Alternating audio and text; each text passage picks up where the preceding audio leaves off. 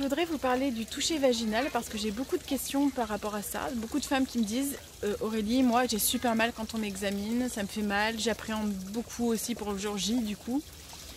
Comment faire pour diminuer et accompagner au mieux cette douleur pendant le toucher? Est-ce que c'est obligatoire, etc. Donc là je vais vous parler d'abord du ressenti, donc de la douleur pendant le toucher. C'est vrai qu'on peut diminuer et accompagner le toucher pour que ça se passe au mieux. Mais la première des choses quand même, premier conseil, vérifier l'utilité du toucher, c'est-à-dire demander à la personne qui vous examine, donc votre sage-femme très probablement, pourquoi est-ce qu'on fait cet examen? Est-ce qu'il est vraiment utile tout de suite? Est-ce qu'on ne peut pas le différer? Est-ce qu'il est possible de le différer? Si c'est le cas, c'est mieux, ça va vous permettre d'avoir moins de toucher dans la durée, en fréquence. Pareil, vous pouvez demander à ce qu'il n'y ait qu'une personne référente pour vous examiner le col, pas 1 milliard de personnes, une seule.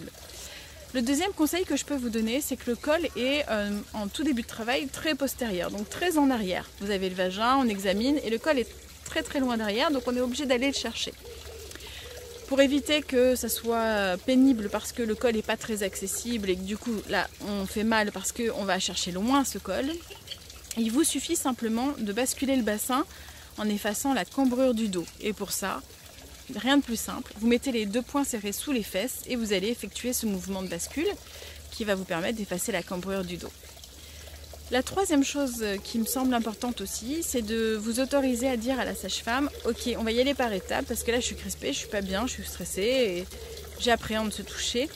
Donc on va y aller par étapes. Vous commencez mais vous faites une pause et ensuite je respire tranquillement, j'essaie de me détendre le plus possible et vous pouvez avancer au fur et à mesure que je vous dis que c'est ok. Ça va vous permettre de vivre les premiers touchés plus facilement. Après, quand le col sera bien centré et que vous êtes bien avancé dans le travail, vous verrez, c'est plus pareil. On accepte plus facilement, en plus c'est la même personne, on accepte plus facilement, le corps aussi, on relâche beaucoup plus. Au niveau des tensions musculaires, voilà, c'est plus simple. Si ça ne l'est pas, eh ben vous redemandez à nouveau qu'elle fasse des pauses. Voilà, ces 3 petits conseils très rapidement pour essayer d'accompagner le plus possible ce toucher vaginal qui n'est pas super agréable. Je dois bien l'avouer quand même, on peut s'en passer, donc c'est pour ça que c'est important de demander l'utilité du toucher. N'hésitez pas aussi à aller voir la vidéo que j'ai faite sur le toucher vaginal pendant la grossesse. Est-ce que c'est obligatoire? J'en parle, je donne ma réponse, je vous laisse toute...